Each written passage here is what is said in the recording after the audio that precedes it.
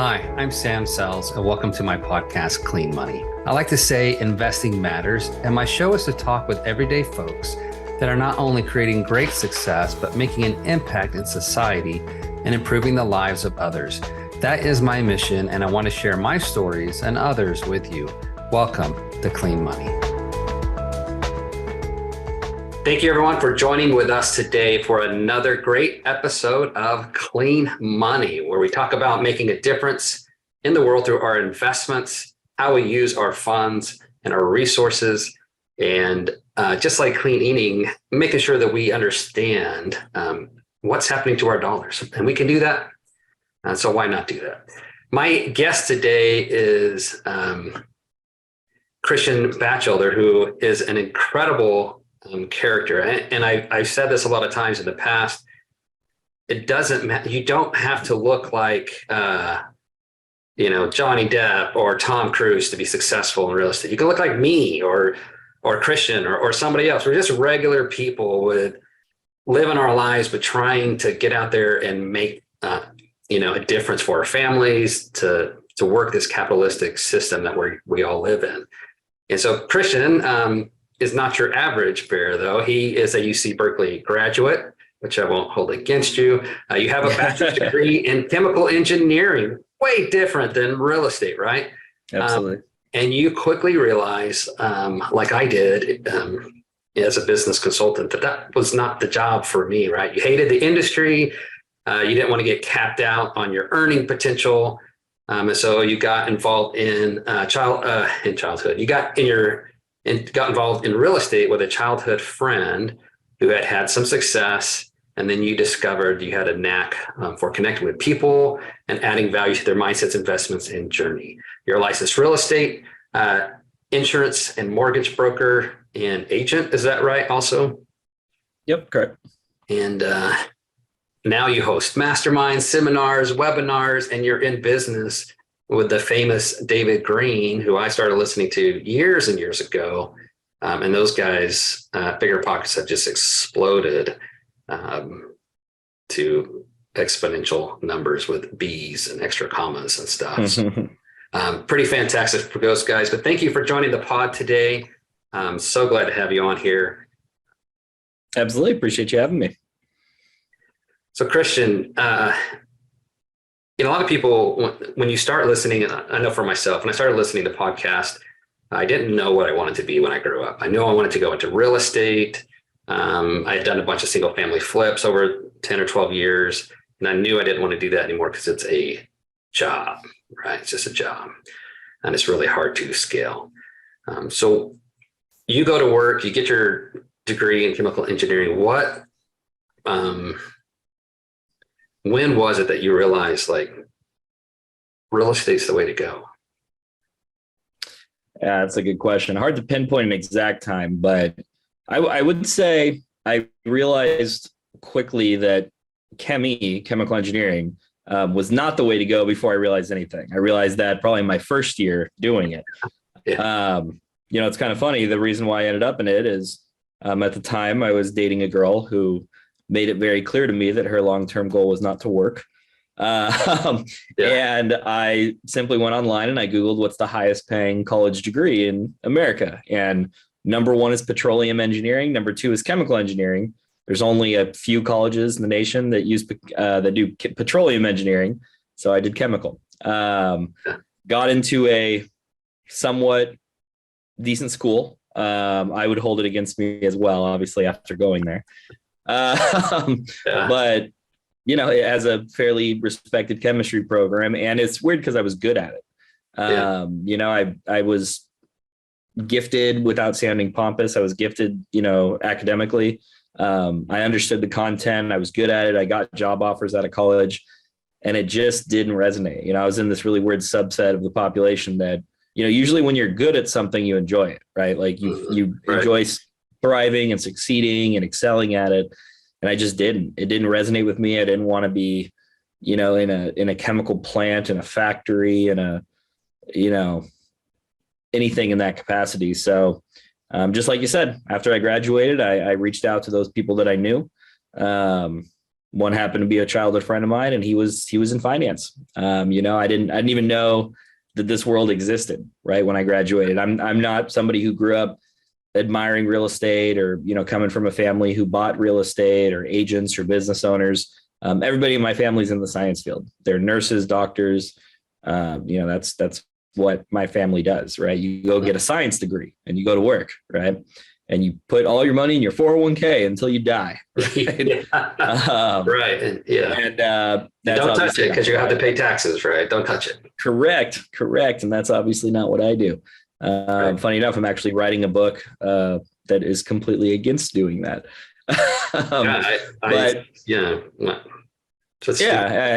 It's terrible. I ended up just kind of in this field, and I kind of mentored under my buddy's dad, and it led to me running in the right circles. And I was always looking to grow my business and scale. And I ended up doing business with some big players where they were the agent, I was the realtor, or they were the realtor, I was the lender.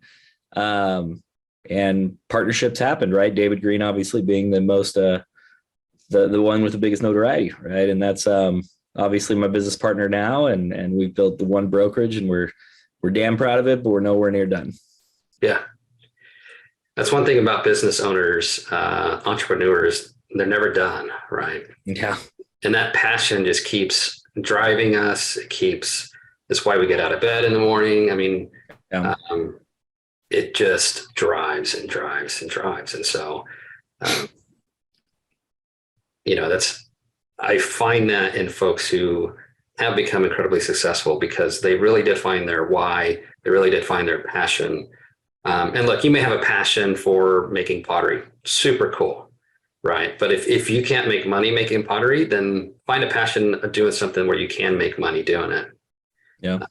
And then, make pottery on your downtime. But you discovered you had a passion for lending and brokerage. So how did that come about? Like, why lending? Why not, doing the burr and all the other techniques that, every real estate guru tells us to do? Yeah, 100%. It's funny. I started doing as much as I possibly could. So when I was first in the industry, I was the realtor, right? I was the lender. I was the insurance agent. I property managed for a while. I was trying to do anything that was involved with this industry, because I wanted to take, it's hard to find clients, right? When you're in sales, right? From a business perspective.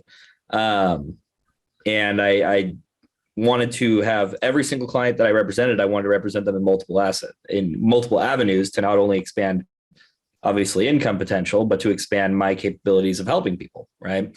And I kept finding myself, it's funny, I was actually a realtor first. I would find myself being the realtor and referring to a lender, and they would do a crappy job, right? They wouldn't be good. And that would be my name that would be tarnished because I gave the referral. Same thing would happen with insurance agents. Same thing would happen with property managers. So, I built a range of services that say I can control the quality of work that you get in every capacity here. Right. And that obviously led to me. I'm an investor as well. I own 17 units currently.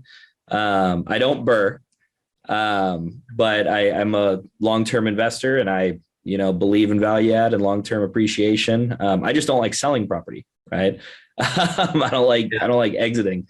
But I have done, multiple rehabs, I'm mainly a short-term rental investor, where I just like giving people experience, right, when they travel. Have properties up and down the eastern coast of America. And, obviously my knowledge that I built in lending and real estate is now, utilized with my own investments as well. Yeah, that's fantastic. You start, we did the same thing a lot. We went out, we bought mobile home parks once we got into, into real estate. And the reason is, it's like I had $0. I mean, I had 30,000 in a 401k that I took out and paid a stupid expensive fee for that. But used that with my dad and I bought a couple mobile home parks. And, within 6 months, we're collectively is making about $15,000 a month at very clear cash flow. And I just thought, I just turned 30 grand into $15,000 a month. And really it was 130 grand, 135 grand altogether.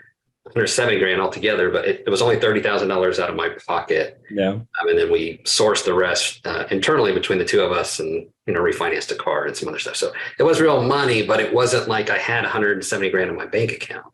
Yeah. Can't do that with 401k. Yeah, right. Right. You can't do that. And so I listen to all these gurus who are like, hey, 20 years, you could be worth $1 million if you do it this way and follow these stock picks. And oh, by the way, the fees on that thing are like 10%, but you don't know. And just let compounding interest do its thing, and you don't have to worry. And they're massively selling it short, right? They're massively selling it short. And stocks go to zero all the time, right? And people lose. I lost $200,000 in stocks, and they feel terrible, but they're not suing anyone. It's just everyone understands you can lose all your money. You lose all your money in 100%. Real estate. That's just kind of backpacking off of that. That's actually the reason. I have a big passion for this because I think the 401k is the biggest American con that's happened in a long time. That's actually the purpose and the motivation behind the book I'm writing.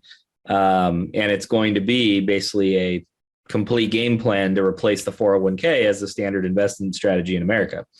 And it's going to be an idea of buying one house a year instead of dumping, 5 to 20% of your income into your 401k, or combination of that in your IRA and whatever. Right. And the idea is, if take all of the benefits of real estate out, take cash flow out, take appreciation out, take tax benefits out, strip it down to just dumping money into a 401k, right? And replace that with a house. And if you put it on a 30-year loan, the first year of your retirement, let's say you have a 30-year, work plan, right? You start at 25, you want to end at 55, standard for most Americans. Your first year of retirement, you're going to have a paid off property. You do a cash out refinance, let the rent cover the expenses, and you got $100,000, $200,000, $300,000 of tax-free income in retirement. And if you do that every year, theoretically, every year of your retirement, you're going to have a new asset to cash out of, right? And you just let the cash flow and appreciation do its work in the background. I think, especially with the way the tax code is set up in America, the way you can leverage these things, the way that you can pinpoint what the rent's going to be, the way you can value add and get tax write-offs for value adding. You can't value add your Facebook stock, right? There's no value add, and there's no cash flow. Well, maybe you have a dividend stock, but you got to pay taxes on everything. If you cash out of it, if you sell it, if you make money from it. And real estate, man, you can do things like depreciation. You can write off your expenses. It's a wild world out there that most Americans just don't know. And I think it's a shame. You never take a real estate investing course in high school. I think you should. I think you should understand our financial system. I graduated from Berkeley without understanding how a credit card worked. That is like a massive failure of our system. I didn't know I didn't know you could pay everything on your credit card and pay it off at the end of the month and not pay interest. I did not know that. Yeah. Right? How does somebody go to high school, go to a very good, from an academic standpoint, college, and not realize the most basic concepts in finance? I don't know. I think it should be forced to preach financial literacy in this country. But unfortunately, it's not. So people like you and I have to do it. Yeah. And that's it. And there's, I know you've met a lot. I've met a lot of real estate cons out there. Folks who are teaching stuff that I'm just like, don't do that. Don't do that. Yeah, there are unfortunately quite a few of those, right? You got to be able to tell the difference between good advice and bad advice. There's a lot of the gurus and the, quote unquote experts out there that are pitching a lot of their own things. And this is the only way to do it. And you just buy tried and true, use a good loan product, buy in a good area, buy a good asset. It works. It's the most basic part of it. There's no secret sauce. There's no crazy strategy. Get a lender you like, get a realtor who advise you well, get a good property manager, and you're going to succeed, right? You're going to succeed. And if if you're going into commercial real estate, get a coach or a mentor, because the profits are huge, but the mistakes can be huge as well. Oh yeah. So I know quite a few that it's happened to, so I can't preach that more. yeah, In real estate, it's such a weird industry where you really are as powerful as your network allows you to be, right? The advice that you get, the guidance that you get, the services that you get, a good realtor can make a big difference, right? yeah. And determining the right property or finding something off market or running the numbers with you, and that could be your mentor, right? Mhm. Yeah, can't preach it enough. Even all the way down to your insurance policy. If that thing burns down, you want to know that you're covered, right? Yeah, And it's a team effort in real estate. Your network is number one priority for sure. for sure. We've been really, honest and upfront, because I teach courses and other things. I'm like, this decision I made cost me $150,000. Yeah. This decision I made, I lost out on the opportunity to earn $8 million because I didn't do this thing. And so don't be dumb like Sam Sells was. Do this thing so you don't have to go down that road. And you're seeing this massive, interest rate hikes, and there's all kinds of problems in commercial real estate, in particular, less so in residential, but commercial real estate. A lot of folks are in a lot of trouble right now with different assets, and so you want to learn from people who have gone through those things, those super difficult things, and know how to overcome them. Yeah, that's super important. I can't pitch enough or I can't say it enough. A mentor or somebody that you're taking advice from should absolutely have done it themselves. There's a lot of people that they're selling a course or they're selling a program, and it's been 5-6 years since they bought a house. Yeah. Why are they making their money? What's going on here, right? Like let's practice what we preach a little bit. Yeah. I'm in escrow right now, right? I mean, and I'm buying with these interest rates, but there's ways to buy with these rates and in this market that is still, an intelligent deployment of your money, right? And if you're taking advice from somebody, I always use the analogy, you wouldn't trust the guy working at the Mercedes dealership who comes to work in a BMW. Yeah. Right. Right. Guy at the Mercedes dealership saying, this is the car for you. It's the best in this asset class. It's the best bang for your buck, and then he goes home in like an M3. What's going on here? Yeah. Why? Right. It's the same price point, same note, same recognition in the industry. Why aren't you driving what you believe in, my man? Yeah. And that's the same thing with real estate, right? If somebody's not doing it themselves, there's probably something else going on behind the scenes there. 100%. So you're in real estate and you're making money now in numerous different directions. One of the things I love about real estate is you can go look at an asset. I can go look at an asset. We're going to underwrite it completely different because our business plans will be different. We're going to, a lot of times we're like, well, I'm going to buy, rehab, refinance, repeat this asset, or I'm going to I'm going to turn it into an Airbnb, or I'm going to, put it into a portfolio with other like size properties and sell it at a premium, or I'm going to pay off the entire amount. And, so there's so many different strategies that you can employ, particularly in commercial real estate, that it becomes really about your business plan, what you can effectuate, and where you can take that property. So tell me a little bit, you're with David Green, you're doing this mortgage brokerage that has exploded. You guys are, you said, one of the top 10 in the nation. You're just churning out a lot of volume. But what have you seen? Because you've seen so many different business plans come to your door, right? Oh, yeah. Yeah, I can say the biggest thing that right now, I'll just define right now because this is when people care about, right? In 2020, we were in a completely different world.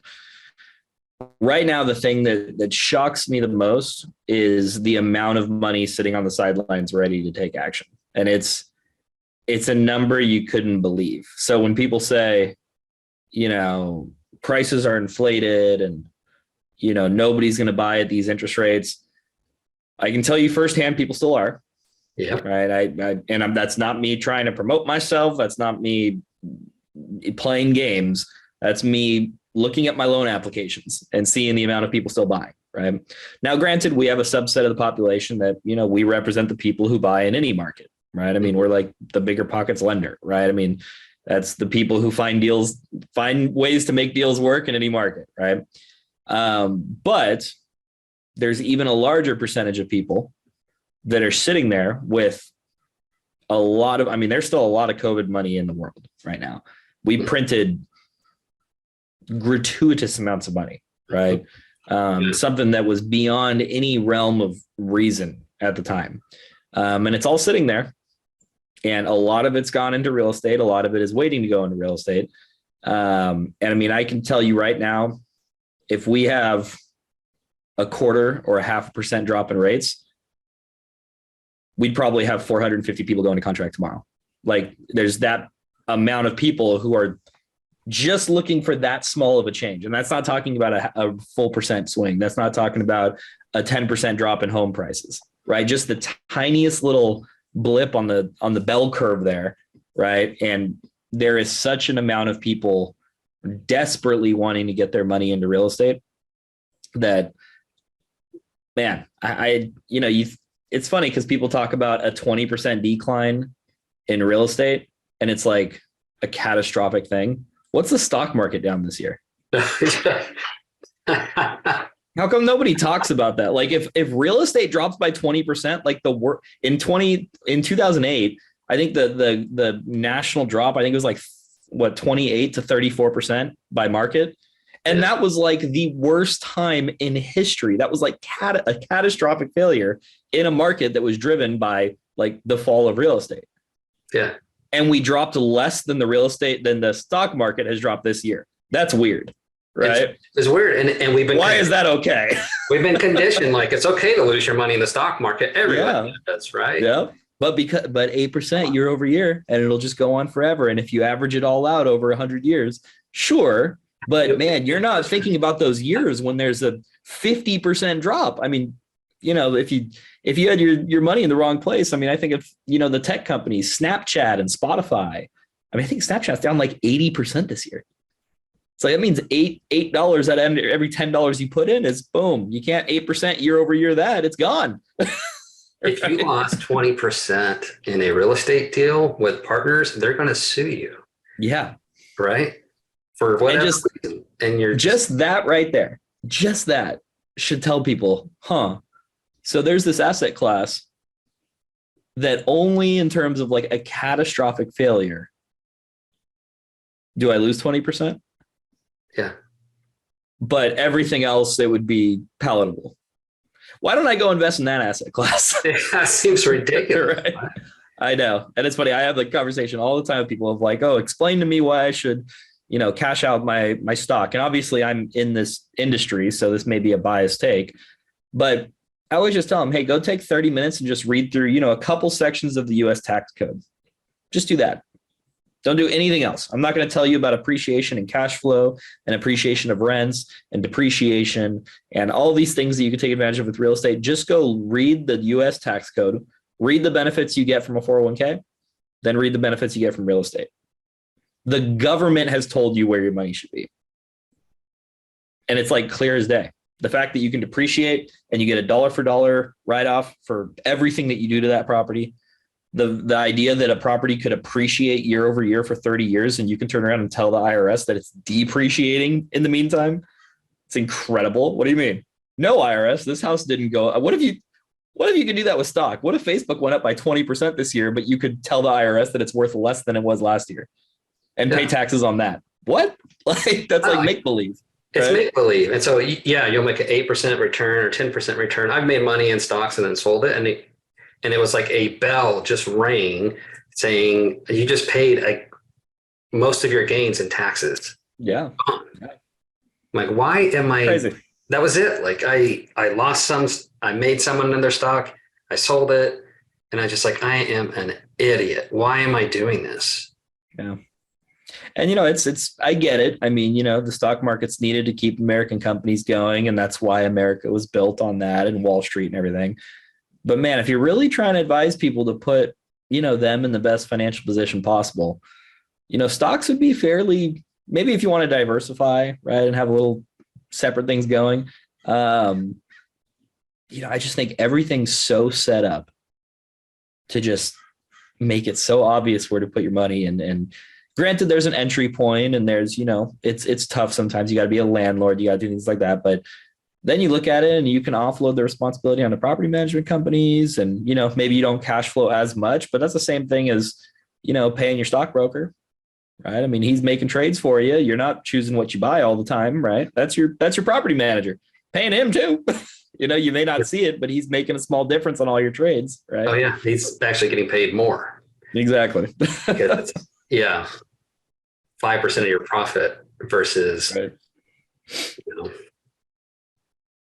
Anyhow, yeah. So I it's just amazing. It's amazing what we accept as Americans. It's amazing. You turn on the TV and, these guys are making money off of you buying stuff. Really, they're just making money off of clicks, right? They're just making money from clicks. So my goodness, like you immersed yourself completely into real estate. Once you started, when were you able to leave corporate world and become just an investor? Man, I wish I could say I got any distance into the corporate world. I realized on graduation from college that it's not something that I was going to pursue. I got as far as a job offer. I couldn't feel it. I couldn't see myself doing it. It just didn't resonate with me. And I took the lunge. And I had no income for a few months out of college. That was scary. I had a little bit of savings, like barely got by. But I just hated the idea that I'm going to be, 9 to 5, clocking in, clocking out. This is my life. I got to, pay taxes before I pay expenses. Yeah. And I just, it was immediate for me. And I didn't know it was real estate right away. To be fair, I didn't have I didn't have clairvoyance, right? I didn't have a crystal ball. But I knew it was not what I had studied for. And I was lucky enough that the first thing I tried was real estate, and that hit immediately. But yeah, I wish I could say I made like an about face and I left corporate America. The truth is, I just never got into it. So how long did you have a job? A year or so?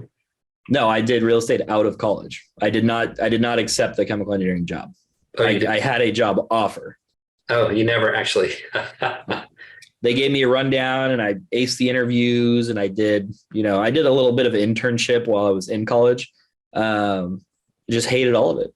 Couldn't see myself doing it. I didn't want to dedicate any time to it. So I live in Southern California. So I came back home. And I immediately started asking friends and family, what do you do? What do you do? What do you do? What do you do? Until, my buddy's dad took me in and said, hey, I know you're educated. I know, you're motivated. Let's see what you can do in this industry. Here's a little bit about what I do. And I just took it and ran with it, and added pure gasoline to it, during my first few years, just with like sheer work ethic. But obviously fortunate that, a lot of my timelines of my life lined up. But it was scary not having income there, right? Because in sales, you're only guaranteed what you can close, right? Yeah. But you kill. That's scary for, that's scary for a college kid just leaving, when he was promised a bunch of money right when you graduate with a W-2 salary. It's definitely a change of mindset that's required there, but I'm glad I did it. Yeah, it's like we take the W-2 for security, but we end up trading our future security for security right now, something you can grab a hold of and conceptualize. Entrepreneurship is fraught with peril, and real estate can be fraught with peril. You can lose all your money. You can get sued. You can have a lot of these things. In fact, if you've been in real estate for a long time, you probably have been sued at some point by somebody, because it's just the way the world works. But how, tell me, folks listening to this or watching this are going to say, well, yeah, I mean, Christian, he was gifted a silver spoon. He, works with David Green and so forth. It was super easy for him, but it's not for me. Has it always been easy for you? Have you made mistakes along the way? And Oh yeah, more than I care to admit. I went into my first deal not knowing like what escrow was. I called the escrow officer saying like, "Hey, what do you do exactly here?" You said you do here. Yeah, same thing with insurance. And my first seller, I was like, "Hey, I've never written a contract. What does this line mean, right? What's this due diligence period?" Yeah. So I by no means, obviously I had people who assisted me for sure. But I didn't have a lead flow right off the bat, right? I had to go do what every realtor is doing in this market and in any market. Talk to people, let them know I'm in the industry. And this is from like a business, like sales perspective. In terms of deals, I had to save money, right? I had to do everything. I mean, I've Turoed out my car, right? So when I was a realtor, on the days that I didn't have showings, I would Turo my car. I'd put my car on a rental service, right? And I didn't have a nice car, but 50 to $100 a day, took care of my car payment. And now I didn't have a car payment. That's pretty nice. That would be an extra, $600-700 a month that I'm not paying now. Okay. Now, $700 times 12 months, I'm saving a decent bit of money this year. Right. And then I started compounding that and obviously building up the different services. And I was obsessed right off the bat, realizing that real estate is not unique in this way, but realizing that I could provide multiple services in the same industry and just get paid in multiple ways, right? That's why I landed real estate, because I think it's the best industry for this. Like David tells people on the podcast all the time, like, hey, if you're serious about pursuing real estate, it may be beneficial to go get a job in real estate, escrow officer, lender, realtor, insurance agent, something, because you can make some money off doing what you like. Right. And that's honestly what I did. I would credit a lot of my initial upfront success to, I had an unfair advantage, on the Keller Williams or the Remax realtor. Like I did lending, I did insurance, I did property management. For every one client they generated, I generated 4. Yeah.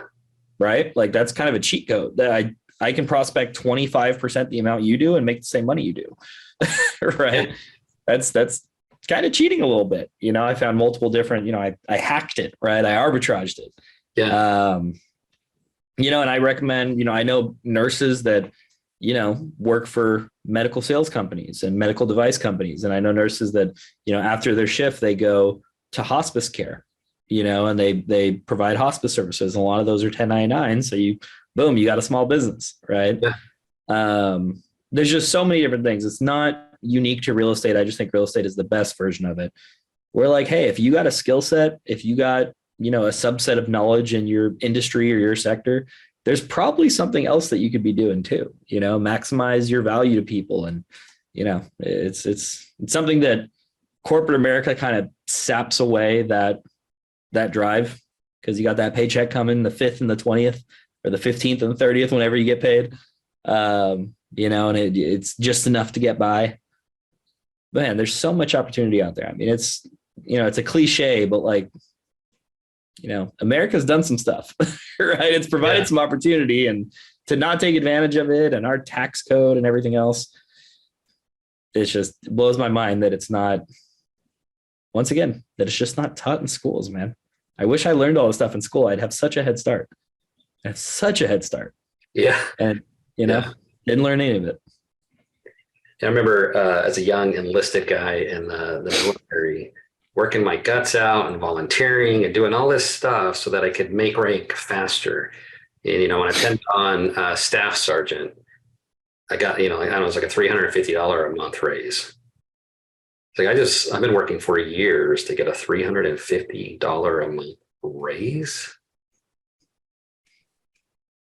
It's an extra nice dinner or two with your girlfriend. Right. Yeah. And so I started flipping over to a friend, and then I bought my own. And 2008 happened, and we still had it, but because we were buying super low and we weren't in the hype, we were buying low and selling, for 2x what we paid for it. And I was at that time I was a E3 making like $1,500 a month. And back then you could get loans for just about anything. Sure. So different lending world for sure. But that one house gave me $300 a month. And it got turned over to a property management company, and I was making $300 a month, and did so for 12 years, and refinanced it, I think 3 times over those 12 years. And that's the same amount that your raise was. That was 2 years of work that it took to get. Yeah. And it blows my mind, man. Working my guts out, and it just blows my mind, right? Yeah. It blows my mind. I think I had $5,000 in my bank when I bought that property. And so it's like, folks, you're the, you're the American story, right? You go out there, you have no clue what you're doing. And then you just jump in and figure it out. And you can do that in real estate. You can DIY yourself right into a big disaster, or you can do what, but overcome it and keep going. Find a mentor like you did. Go work for somebody. Yeah. Recommended it a lot of times, like, hey, go intern, just join. We've had interns over the years, and they've been just, their minds are blown. Like, oh my goodness, I can do this. I'm like, yeah, you can do this. So it's funny. I was just talking to my assistant who worked in retail before she started with me, and same thing, same as me. She had no idea this world existed. She's like, oh, I know people buy houses, but like, I had like a tax conversation with her, and she's like, what the hell? This is crazy. It's crazy. Yeah. Hate Donald Trump, his taxes. Look at his taxes. Years that he got zero, years that he got money back. I can't believe, just in my mind, I can't believe nobody hears that. Not nobody, but that like greater America hears that. And like, nobody's like, wait. Yeah, wait. No, I hate Trump now. Well, yeah, everybody is, instead of saying like, I hate, why don't you open up a PDF and check it out for yourself? Like, I checked it out. I won't lie. I review taxes as a living, right? I pulled them up. I saw what he was doing. Like, I want to see this. Yeah, I saw what he was doing, and it was exactly what I thought. A lot of cost segregation, a lot of depreciation, a lot of write-offs, pass-forward losses. I'm just like, yep. I mean, it makes sense. It makes sense. The guy's got skyscrapers with his names on them. He's probably got depreciation the rest of his life, right? But it's the Clintons do the same things. The Obamas do the same thing. I mean, they all do it because it's the system. Yeah. It's just right now it's great. Click, the news makes money. So the news makes money making news. It's not going to be as viewed article when it says Obama doesn't pay taxes, right? Yeah. Everyone will be like, oh, that's wonderful. I'm so happy for it. Like, it's the same principle. Yeah, I mean, the country is built this way, and there's nothing else you can do in this country that gets you so many benefits, so many different revenue streams, potential revenue streams. It's just incredible. Yeah. Maybe there is other stuff out there. I just don't know, but I know this. So we've been talking for a while. Tell me, you went from nothing. Now you are something. You guys are doing really well. In the very beginning, you said you're not done yet. What's your vision? Where are you going? Yeah, good question. It's funny. My vision is to kind of recreate what I started with. So right now I'm primarily a lender, right? Partner with David. He's obviously got real estate sales. So together we're kind of a version of what I first started with. But the reason why we called it the One Brokerage is we wanted it to be the one place that you have to go to invest in real estate. So currently we are building an insurance branch that should be rolled out actually possibly by the time this episode airs. We have David's team as real estate sales. We have our lending team. We're going to have an insurance division. After that, we're going to be building our property management division as well. And the idea is come to us, you'll get the same quality advice and guidance, and you won't have to go anywhere else, right? You won't have to call State Farm after you're done with us. You won't have to call Chase when you're done with us. You won't have to go call, Vacasa or whatever property management, you use after you're done with us. It would be everything from analysis to finding a property, to financing a property, to insuring a property, and to running a property after you own it. And down the line, if you want to implement retirement plans to always have money in your retirement via cash out refis, we'll build that strategy for you, and it will just happen passively in the background, right? You won't have to think about it. It'll just happen for you. And I'd really love to be able to build that one-stop shop roadmap that once you talk to us, just let us retire you, right? And protect your retirements, right? You got to have the right insurance and the right policies. It all goes hand in hand with a good investment strategy. So that's goals. I view as we have one company built out of 4. So hopefully in the near future here, we're going to have all 4 of them, but that's definitely the big pursuit right now, and to do it nationwide. Real estate's weird. You got to get licensed in every single state. So we're just about nationwide with lending now. And obviously insurance and everything else follows. Yeah, that's amazing. What a amazing vision. I love it. The one-stop shop. Christian, thank you so much for being on this podcast. Absolutely. How can our listeners find you? Yeah. Our website's super easy, theonebrokerage.com. Just spell it out, same as you think it's spelled. My personal email is christian@theonebrokerage.com. And on all social media, I'm _1_broker. I think Instagram, TikTok, whatever else is out there. But yeah, at the One Broker is where you can find me as well. Awesome. Thank you so much. And I'm just going to highlight again, what you're doing is making a huge impact in people's lives. So you are making money, real dollars, but you're also making it, possible for people to find a way to invest in a way that's not ridiculously terrible for them, like a 401k is, or in the stock market. Do something that the mainstream media doesn't want you to do because they don't control it, right? Do something that actually is super, super good for you, and do it with people that you can trust, who have been in the game and who have success. It doesn't mean you're never going to lose money in real estate. I see Blackstone's losing money right now, and they are the biggest in the world, right? Or at least in America. And they lose money on deals, and they're super smart. They've been doing this for a long time. So you can still lose money. Yeah. But like you said before, what's a 20% loss or 30% loss compared to guaranteed you're going to lose money in stocks at some point, right? So unfortunately. So thank you for, living those principles and making a difference. And man, all the best of luck to you. And thank you again for joining Clean. Absolutely. Thank you for tuning in to Clean Money, where we talk about sustainable investing that improves society. We are passionate about creating great investment returns to investors who want to use their money to make a positive social impact in the world.